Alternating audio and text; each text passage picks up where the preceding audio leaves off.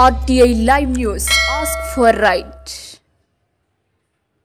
దమ్మపేట మండలం దమ్మపేట గ్రామంలో శివారులో గల మల్లారంలో నిలిపివేసిన డబుల్ బెడ్రూమ్లలో నిరుపేదల కుటుంబాలు డేరాలు వేసుకుని గత 15 రోజులుగా నివాసం ఉంటున్నారు.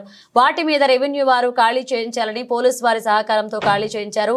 అదే విషయాన్ని తెలియజేస్తూ యంత్రాంగం రాజకీయ ప్రలోభాలకు లొంగిపోకుండా ఇల్లు లేని నిరుపేదలకు ఇవ్వాలని ప్రధాన డిమాండ్ తహసీల్దార్కి ఇవ్వడం జరిగింది. అదేవిధంగా ఈ ప్రాంతంలో ప్రభుత్వ భూములను ఆక్రమించుకుని వివిధ రాజకీయ పార్టీలు అధికార పార్టీలు ఉన్నటువంటి వారు వాళ్ళ అండదండలతో మాకు మంత్రి అండదండ ఉంది, ఎమ్మెల్యే అండ ఉంది చెప్పి వాళ్ళ పేర్లు చెప్పుకుంటూ భూములు కబ్జా చేస్తున్నారు. అలాంటి భూములను వెలికి తీసి ప్రధానంగా ఈ ప్రాంతంలో ఉన్నటువంటి నిరుపేదలు ఎవరైతే ఉన్నారో పార్టీలకు అతీతంగా స్థలాలు పంచాలని రెండవ డిమాండ్గా తహసీల్దార్కి మెమోరాండం ఇవ్వడం జరిగింది.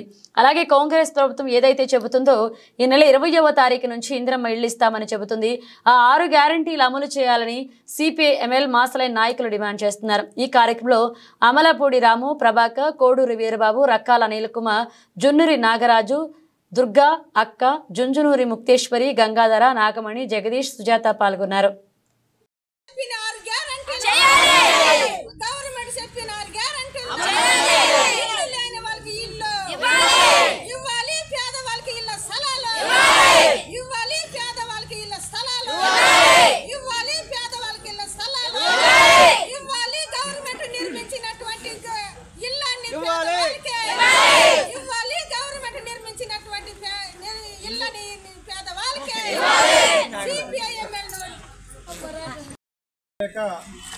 మనం ఉండేదాని కోసం నిర్మాణం చేసుకోవడం కోసం మనం చిన్న డేరాలు వేసుకున్న అందులో ఒక 15 రోజులు కాపురం చేయడం జరిగింది.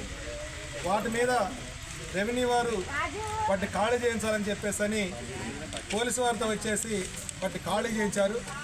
అదే విషయాన్ని మనం తెలియజేస్తూ మనం ఖచ్చితంగా ఆ యొక్క ఇండ్లు ఏవైతే ఉన్నాయో ప్రధానంగా రాజకీయ ప్రలోభాలకు లొంగకుండా దమ్మపేటలో ఉన్నటువంటి ఇల్లు లేనటువంటి నిరుపేదలందరినీ కూడా గుర్తించి ఆ ఇళ్లను ఇవ్వాలని చెప్పేసి మన ప్రధాన డిమాండ్ని తహసీల్దార్ గారు చెప్పడం జరిగింది.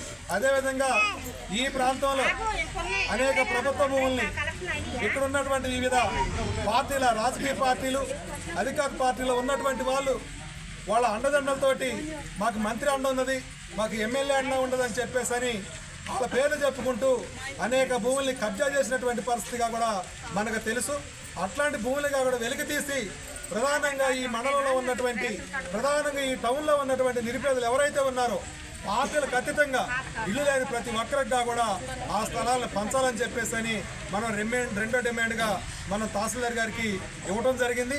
అట్లాగా స్థలాలు ఇవ్వటమే కాకుండా ఇవాళ కాంగ్రెస్ ప్రభుత్వం ఏదైతే చెప్తుందో మేము ఇచ్చినటువంటి 6 గ్యారంటీలలో రేపు జనవరి 20వ తారీఖు నుంచి మీ అందరికీ కూడా ఇందిరమ్మ ఇళ్ళు ఇస్తాం, అదేవిధంగా మీ అందరికి రేషన్ కార్డులు ఇస్తాం, మీ అందరికీ కూడా మహిళలకు ఏదైతే మహాలక్ష్మి పథకం కింద నెలకి 2500 రూపాయలు ఇస్తామన్నారో ఆ 2500 రూపాయలు ఇస్తాం.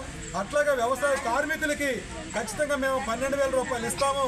వాటి 2 దశలుగా మీకు ఈ నెల 26వ తారీఖు నుంచి ఇస్తామని చెప్పేసి మన డిప్యూటీ ముఖ్యమంత్రి బట్టి విక్రమార్క గారు మాట్లాడుతూ ఉన్నారు.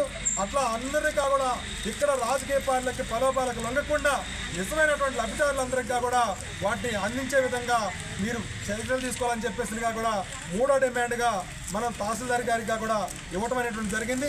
ఇవాళ మన దగ్గరకు వచ్చినటువంటి డిప్యూటీ తహసీల్దార్ గారిగా కూడా వారు మంచిగానే స్పందించారు. ఏదన్నా మేము చేసినటువంటి కాదండి, అది కలెక్టర్ గారి ఆదేశాలతోటి మేము చేసాం. మీరు నిజమైనటువంటి నిరుపేదలు ఎవరైతే ఉన్నారో, నిజమైనటువంటి ఇళ్ల స్థలాలు లేనటువంటి వాళ్ళు ఎవరైతే ఉన్నారో, నిజమైనటువంటి నీళ్ళు లేనటువంటి వాళ్ళు ఎవరైతే ఉన్నారో వాళ్ళందరినీ కూడా గుర్తించి మాకు ఖచ్చితంగా లీస్ట్ ఇవ్వండి, మీ ముందు ఇచ్చినటువంటి మీ లీస్ట్కి మేము ప్రిఫరెన్స్ ఇస్తాము, ఖచ్చితంగా మీకు ఆ న్యాయం చేస్తామని చెప్పేసి కూడా మన అందరి సమక్షంలో తహసీల్దార్ గారు డిప్యూటీ తహసీల్దార్ గారు కూడా మనకు హామీ ఇవ్వడం జరిగింది. అంతేకాకుండా మొన్న 18వ తారీఖున మన గుడిసెలుగా కూడా పీకేయడం జరిగింది. ఆ పీకేసినటువంటి సందర్భంలో మన దగ్గర ఉన్నటువంటి సామాన్లుగా కూడా పోలీసు వారు తీసుకొచ్చి స్టేషన్లో ఉంచుకున్నారు. వాటిని కూడా మాకు అప్పగించాలని చెప్పేసి మనం అడిగినటువంటి దాన్ని ఆమె గారు కూడా స్పందించి వెంటనే నేను ఆ ఎస్ఐ గారితో మాట్లాడి మీ డేరాలు మీకు ఇస్తామని చెప్పాను కూడా మనం చెప్పడం జరిగింది. ఇవాళ తహసీల్దార్ గారు చెప్పడం వల్ల లేకపోతే గవర్నమెంట్ చెప్పడం వల్ల మన సమస్యల పరిష్కారం కావు. మనకి ఇళ్ల స్థలాలు వచ్చేంత వరకు, మనకు రేషన్ కార్డులు వచ్చేంత వరకు, మనకి ఈ ఏదైతే మహాలక్ష్మి కింద ప్రతి ఒక్కరికి కూడా 25,000 రూపాయలు ఇస్తామన్నారో అవి వచ్చేంత వరకు మన అందరం కూడా పొట్ట చేత పట్టుకొని ఉన్నటువంటి వాళ్ళం, మన కుంటానికి అనేటువంటి వాళ్ళకి మన కూలి కూడా దొరికినటువంటి పరిస్థితి ఉన్నది.